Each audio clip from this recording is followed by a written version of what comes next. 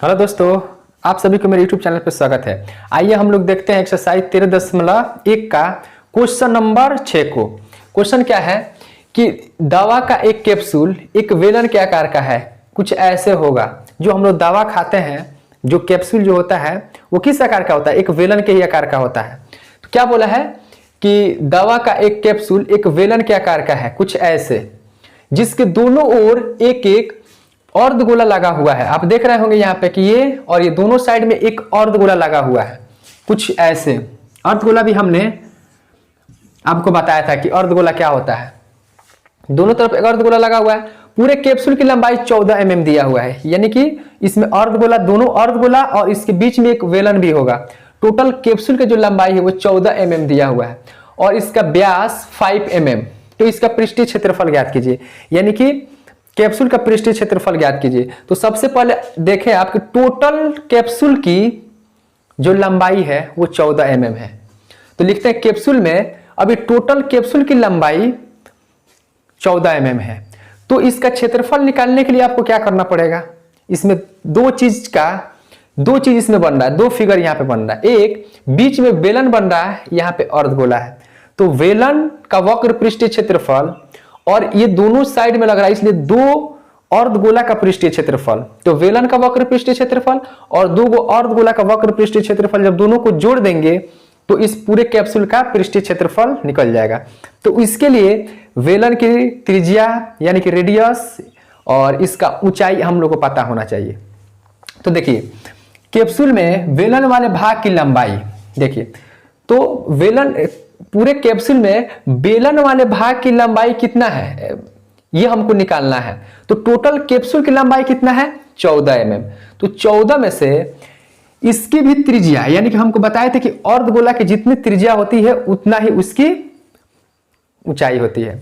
तो मान लीजिए कि अर्धगोला का व्यास दिया है 5 mm। ध्यान देंगे इस बात पे कि अर्धगोला का व्यास जो है, यानी कि जो डायमीटर है वो है 5 mm। तो उसकी त्रिज्या क्या हो जाएगा? 5/2, यानी कि 5 में आप 2 से डिवाइड करेंगे तो कितना? 2.5। तो यानी कि अर्धगोला का जो त्रिज्या होगा वो 2.5 हो जाएगा।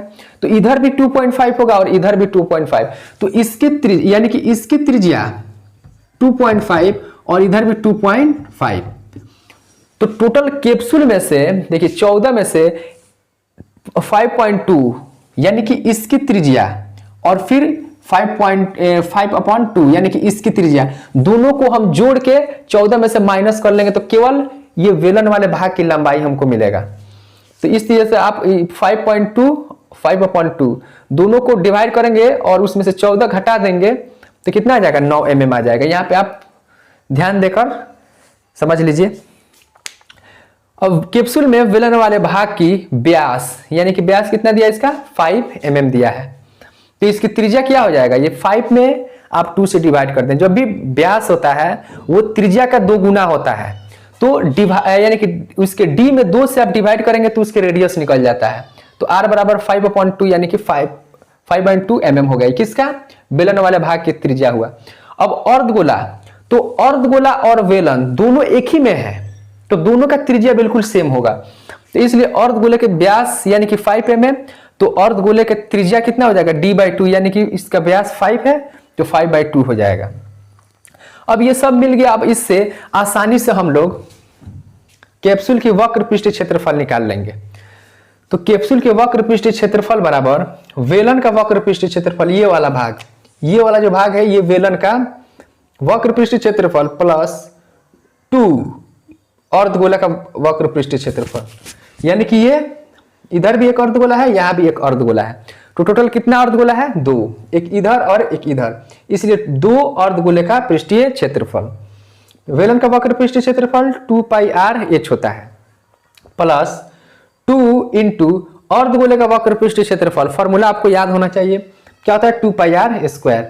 अब यहाँ पे देखिए, यहाँ भी 2, यहाँ भी पाई, यहाँ पे 2 और यहाँ पे 2π है। r यहाँ भी और r यहाँ भी है, तो r को कॉमन ले सकते हैं। हम बताए थे कि r तभी कॉमन आएगा जब दोनों का वैल्यू बिल्कुल समान हो, यानी कि r का वैल्यू अगर बराबर होगा तो ही आप r को कॉमन ले सकते हैं।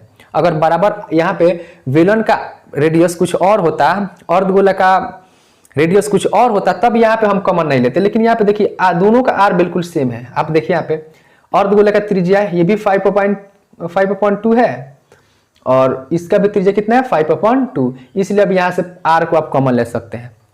अगर बराबर नहीं होगा तो आप इसका कॉमन नहीं ले सकते हैं। तो 2πr इंटू यहाँ से हो जाएगा h प्लस यहाँ से 2πr कॉमन हो गया, तो ये तो 2 यहाँ पे बच जाएगा, 2 आर में से 1 बार कॉमन है तो 1 यहाँ पे बच जाएगा।